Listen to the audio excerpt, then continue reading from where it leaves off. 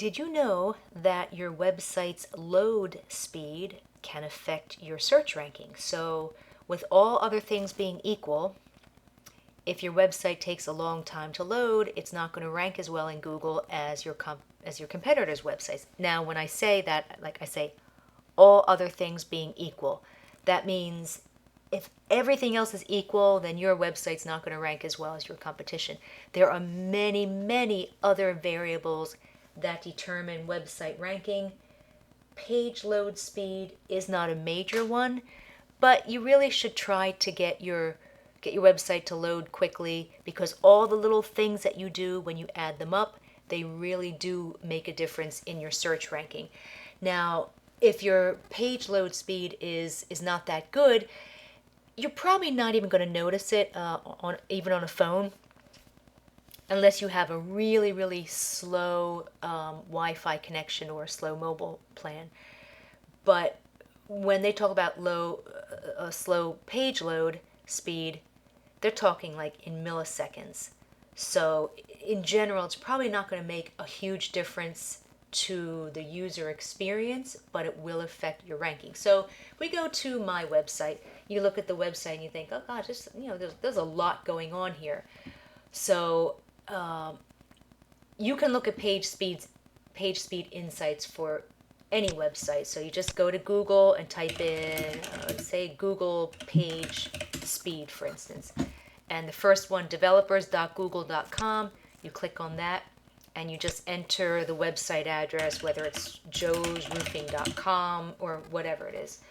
I already entered mine, and here's mine. So we've got tbrookswebdesign.com. We've got a score of 91 out of 100 on the mobile and 96 on the desktop, which is always going to be faster anyway.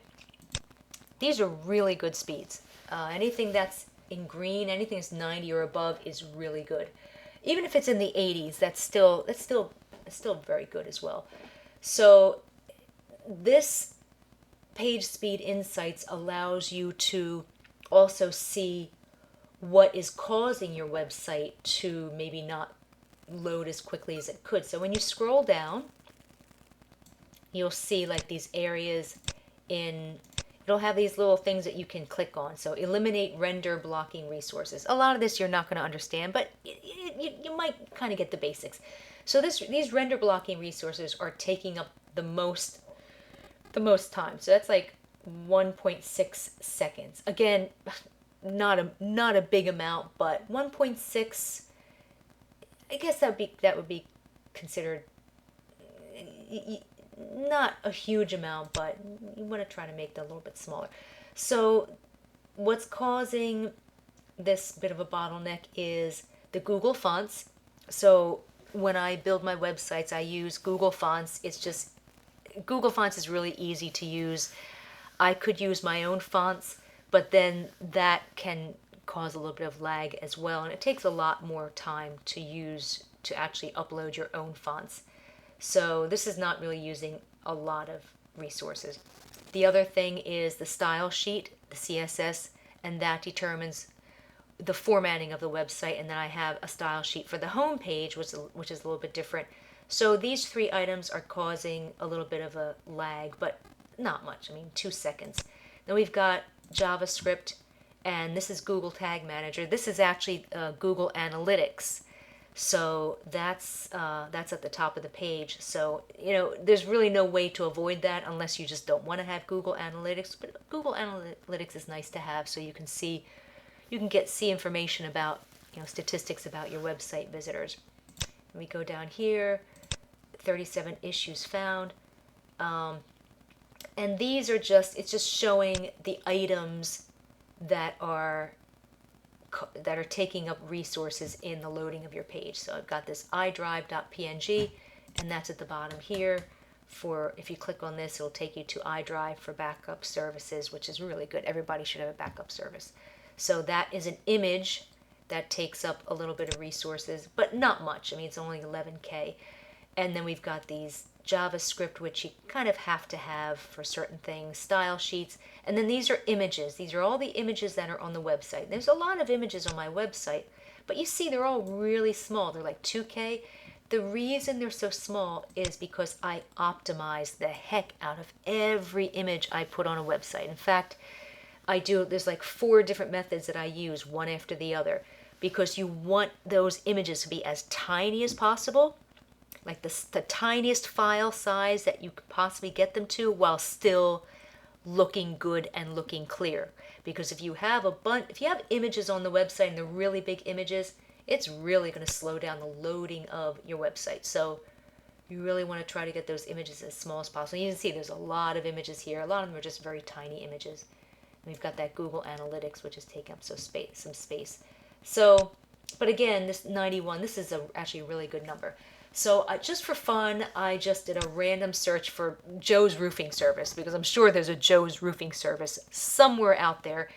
And I found a Big Joe's Roofing. I've never dealt with this company. I don't know anything about them. So I just kind of figured I'd plug it in. And just looking at this website, I can just tell that it's a WordPress site. WordPress is a resource hog. And I just knew, okay, I know this is WordPress, and it's just gonna be abysmal as far as speed. And I looked at the page source, and you can just do Control U, hit Control and hit U at the same time, or you can just right click and just view page source, and you can see right away that it's WordPress. You might not see that, but when you see a lot of WP, I just did a search for WP content, WP stands for WordPress. That's how we know it's a WordPress website. And even if I didn't see that, I can tell by the coding, like there's a ton of, like, look at all this junk code. That's just insane. Now, when you look at mine, I mean, you see code that you don't understand, but this is all the coding on my homepage. That's it. That's all that's there. And you can see what everything means. You can see the text. You can see it makes sense. And when you have clear coding on a website, Google can crawl your website really quickly, and they're going to rank you higher, because the first line of code that Google encounters that it doesn't understand, for instance, on this site, this Big Joe's Roofing, there's a bunch of junk code in here that doesn't conform to Google standards. So the first line of code that Google encounters on this page, it's just going to jump off and go to the next page. And this happens within milliseconds. And you can just see the difference between this page and my home page. Like, there's no comparison. There's just tons of junk code that you just can't figure out what's in there. So I'm like, okay, well, I'm just going to go ahead and do a page speed test. And I did. So here's Big Joe's Roofing. Page speed, 13 out of 100. That is abysmal. Even on a desktop is not 60, that's not great on a desktop. But on a mobile device, that is that's actually really slow. I mean, I think even if you brought that up on your phone, it would probably take a long time to come up. I mean, look at this blocking. Look at these requests. I mean, now you've got, so here's what I was talking about, the fonts. So if you don't use Google Fonts, you can use your own fonts. This WOFF. This is a kind of special type of font. So you can see that this particular font, this is a really big font. These are big font files, and they're taking up a lot of resources. So sometimes it takes up less resources to use regular fonts. Sometimes Google fonts are better. In this case, they should have gone with the Google fonts. Then we've got these images, and this image, that's 700, that's 7 meg file. That's insane. Somebody should have gone in and compressed this picture. So if we open this up, that's this big picture at the top, but I really don't even understand why it's such a big file size, because it's not a big image, but it has a lot of detail in it. So that's probably why. And it looks like they actually did try to compress it already, because it's not very clear. Probably should have used a different picture altogether, because that's a huge image. That's really way too big. They could at least compress it to make it at least half the size. So we've got these other things here. auto optimize. I don't even know what half of these things are. These are probably all, oh, these are WordPress things. So you can actually see when I hover over this, you see WP blah blah, WB content. So auto optimize. Apparently they're trying to optimize the website, but it's not really working. Here we go with the images again. Unused JavaScript. There's a lot of reCAPTCHA. There's a lot of stuff in here that, and this is the actual WordPress theme, and that's taking up a lot of space too. So then they've got a Google Map in there on the home page. They've got Google Analytics. They've got, oh, they also have Google Fonts as well, and they have just a lot of stuff stuffed onto that home page. So they probably should have. So you can see that this website is really not going to rank well. So just for fun, I actually checked one of my clients' websites that I'm currently working on, and just randomly checked this site, and I was really disappointed to find out that it's not good. Oh no, it's 40 out of 100 on the mobile and 85 is not being on the desktop, 40 out of 100. I'm like, what the heck is causing that?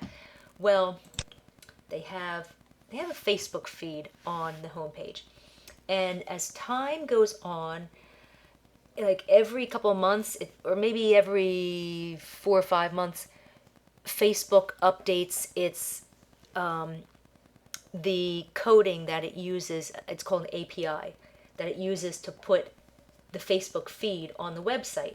And it seems like every time they do this, it drags down the website more and more each time. So I haven't checked this recently, but now I'm seeing that this latest update to the Facebook API is just, this I can't have this. I'm going to have to talk to my client and tell them that we probably shouldn't have the Facebook feed on the website. I mean, it is nice to have because there is a lot of information on here, and people can click like on your posts right from the Facebook feed, and they can scroll. They can actually see like all the posts that you've made right from your homepage, which is really cool. But if you have a lot of pictures on there, a lot of videos, that's going to slow down the loading of your web page. So let's go see what is causing all this. Well, I already know what it is, but remove unused JavaScript. Okay, so anything that says FB, Facebook, all of this stuff that's slowing down the page is Facebook. Render blocking resources. Okay, so this is the Google fonts and the style in the home. That's not taking up much space at all. Remove unused CSS. Again, Facebook. Look at this. That's huge. Facebook. It's all Facebook. So, yeah, I'm going to have to probably not have Facebook feeds on my clients' websites anymore. So I'm glad I saw this. Also, here's all the images that are using the resource on the website. And the images are really not using that much, because the biggest image here is the logo, but and that's 45K. I have not optimized that logo yet. I have not compressed it yet. So I can probably compress that to probably 25% of the size, and that will help. Then we've got some JavaScript, which we kind of need because we have a slider up here, and the JavaScript runs that slider. So if we didn't have that, it would save it would save some resources. Also, those images are kind of big, and again, I haven't really optimized or compressed the images yet because I'm still working on this website. That's something I do at the end. And then we have some images, some small images. We have an Amex image, and all these are really small because they're already compressed. And here we go with the FB again. These are images that are in the Facebook page that's on the feed. So if you want to speed up your website, then you don't really want to put huge images on your company Facebook page, because that's going to slow down the loading of your website. But I think in general, I'm just not going to put a Facebook feed on my clients' websites anymore, because these FB, this is just taking up way too many resources. It's not good. FB, we've got Facebook, we've got, so that's what that is. It's all related to Facebook. So that's good to know. So yeah, anyone can do this. You just, like I said, you just go to Google and just type in something like Google Pagespeed, bring this up, type in your website address. It'll tell you what the page speed is, and it'll tell you the reasons why it's so slow and what you can do to help things move along a little faster. If you have any questions, my contact information is under this video. And, well, have a great night.